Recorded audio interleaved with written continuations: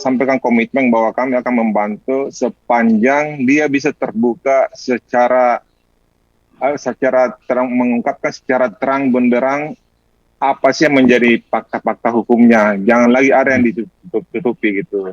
Nah, alhamdulillah kemarin kita sepakat dia mau buka semua gitu. Akhirnya dia tuangkan dalam satu keterangan tertulis, dia menulis apa yang sebenarnya, kemudian lanjut di BAP, dirampungkan malam itu sampai jam 3 subuh sih kemarin kita ini. Dan faktanya memang ada beberapa yang bergeser dari fakta-fakta hukum yang telah dikemukakan sebelumnya. Dan Baradae ini siap memang yang dituangkan di BAP terbaru itu, ya dia cerita belak-belakan apa yang terjadi, apa yang dia lakukan, siapa pelakunya, dan siapa-siapa di seputar tempat kejadian, udah bongkar semua, udah ada di tim penyidik, Mas. Itu. Ada sempat membaca juga tulisannya? Iya, sebelum ini dia nulis, dan kita tim lawyer ini yang bisa 2 orang itu, Bung Olive juga membaca gitu, dan mengetahui kronologisnya dari. Baik, saya harus bertanya ini, karena saya pertanyaan yang kemudian menjadi inti dari apa yang kemudian selama ini berminggu-minggu kita berbicara soal ini. Artinya, tidak ada tembak-menembak dari tangga ke arah kamar Ibu Putri? Penyidikan masih itu. Ya, tapi itu juga udah dituangkan gitu ininya. Kejadiannya di lantai pertama dekat tangga, dan ya sebenarnya nggak ada tembak-menembak, sebenarnya nggak ada. Bagaimana? Tidak terjadi tembak-menembak. Tidak terjadi tembak-menembak. Itu yang kemudian disampaikan oleh tulisan dari Barada Eliezer. Iya. Bahwa tembak-menembak itu tidak terjadi di tangga, dan yang selama ini kan kita ketahui seperti itu ya, di tangga dan rumah. Dan kamar Ibu Putri. Kamar itu ada Brigadir Yosua, di tangga itu ada Barada Eliezer. Tidak seperti itu kejadiannya?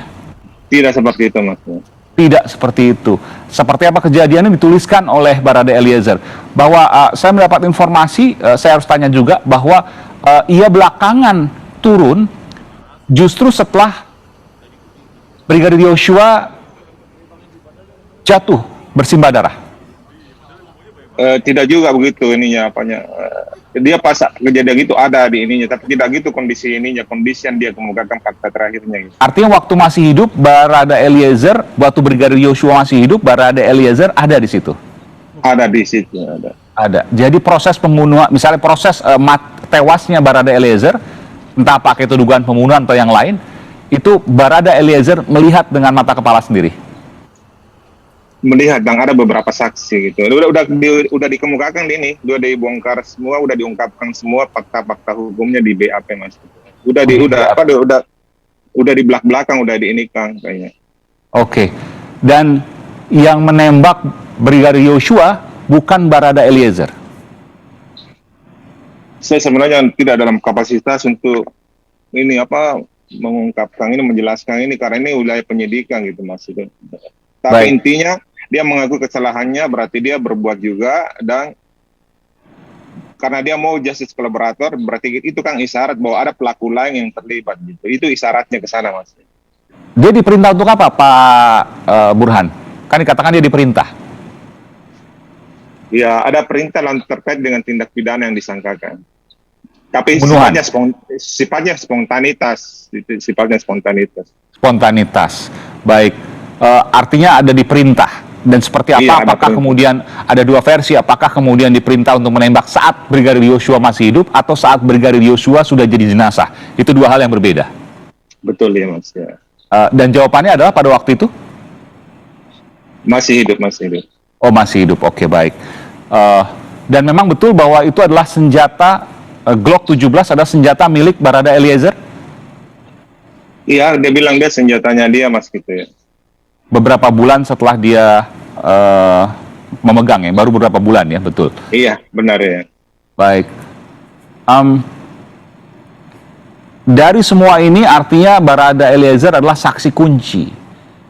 Tentu perlu perlindungan khusus soal ini. Betul demikian, Pak Burhan?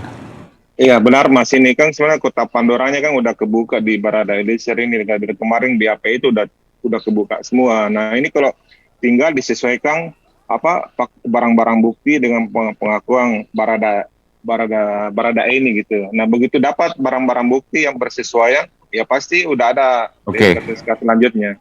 Ya, kalau tadi disebutkan, saya harus tanya terakhir untuk ini, saya tanya ke Pak Burhan. Kalau tadi dikatakan tidak ada tembak-menembak dari tangga ke kamarnya Ibu Putri, artinya proses kematian Brigadir Yosua adalah bentuk eksekusi. Sudah bertekuk lutut misalnya, lalu kemudian ada proses pembunuhan di sana. Saya tidak bisa cerita secara gamblang sampai ke sana gitu. Tapi itu apa yang kejadian yang Mas utarakan itu udah digambarkan oleh Baradae di BAP-nya. Artinya tergambar di sana soal pertanyaan saya tadi. Iya, sudah tergambar semua. Oke, artinya betul bahwa memang tidak ada proses tembak menembak, tapi ada hal lain yang dalam tanda kutip adalah eksekusi terhadap Brigadir Yosua. Mungkin arah ke sana Mas ininya. Baik, baik. Tentu nanti kita akan gali lagi soal ini. Apa yang sekarang dilakukan oleh tim pengacara terkait dengan saksi kunci? Karena ini luar biasa. Saksi kunci yang memegang semua informasi dan membuka. Padahal ia kan kalau dilihat dari pangkatnya tamtama paling bawah. Betul ya? Iya, benar-benar Mas. Ya. Bagaimana proses perlindungan, lalu kemudian bagaimana proses pengungkapan nanti? Jangan-jangan misalnya ia berubah lagi nanti di BAP, kan bisa saja, Pak Burhan? Bisa. Iya, ini lagi Iya. Ya. Iya, jadi intinya kemarin kan kita udah sepakat bahwa kita dampingi dan dia harus cerita yang jujur, karena kita juga tidak mau terlalu berlarut-larut dengan cerita-cerita yang simpang siur kiri kanan. Dan alhamdulillah pada saat malam itu juga kami dua orang itu ya bisa secara hati nurani dia terbuka gitu, secara ini menceritakan detailnya, dan kemudian dia karena udah itu dianggap yang benar versi Baradae, makanya kita minta di BAP dituntaskan secepatnya, dibuatkan format formilnya BAP-nya gitu, udah di apa segala macam. Pasca itu ya di pernyataannya juga dia tanda tangan, kemudian dijempol apa segala macam, itu kan tidak bisa di apa lagi di otak-atik lagi untuk lari kiri kanan gitu Mas.